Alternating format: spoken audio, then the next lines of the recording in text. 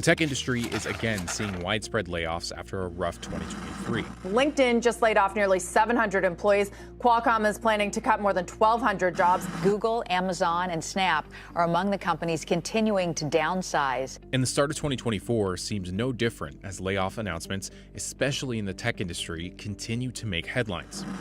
Units affected, they also include hardware, engineering, ad sales. So far, last night, CEO Sundar Pichai told his workforce to expect more cuts. An Amazon spokesperson did confirm those layoffs. The head of Prime and Prime Video and MGM saying in that memo that the company is making some of the cuts to prioritize investments for the long term. Layoffs are also plaguing industries like healthcare, banking, and media. However, the tech industry is the one that's been dominating the headlines. This layoff and everything that's happened in tech, I think is pretty eye-opening. You know, like you can have your dream job, you can have your, it's my dream to work for Microsoft, or it's my dream to work for AWS. And you get there and you realize, okay, it's just like any other job.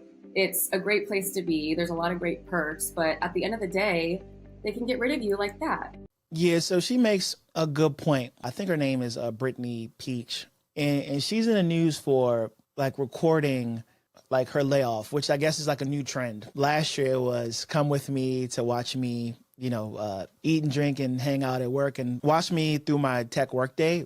This year the trend has been come watch me get laid off, which not necessarily, right? My commentary there is not necessarily a good thing, right? Because what you don't want to do is kind of blackmail yourself. And I think this young lady, even though she's getting a lot of press, if you're going to continue to work in the tech industry, you got to realize it's just part of the process. You get hired by a company because they have a need, whether that's growth or trying to grow a certain product line.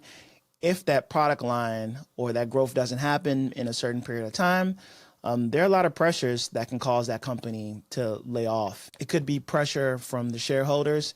It could be taking a look at reprioritizing, like what's important to grow the business in a competitive landscape.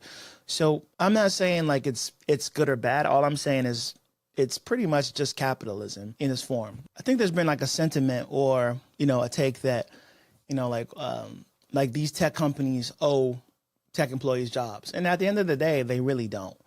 Yes, they're super profitable. Yes, they're making a ton of money. But one of the things that you'll quickly realize is that we live in a capitalistic society.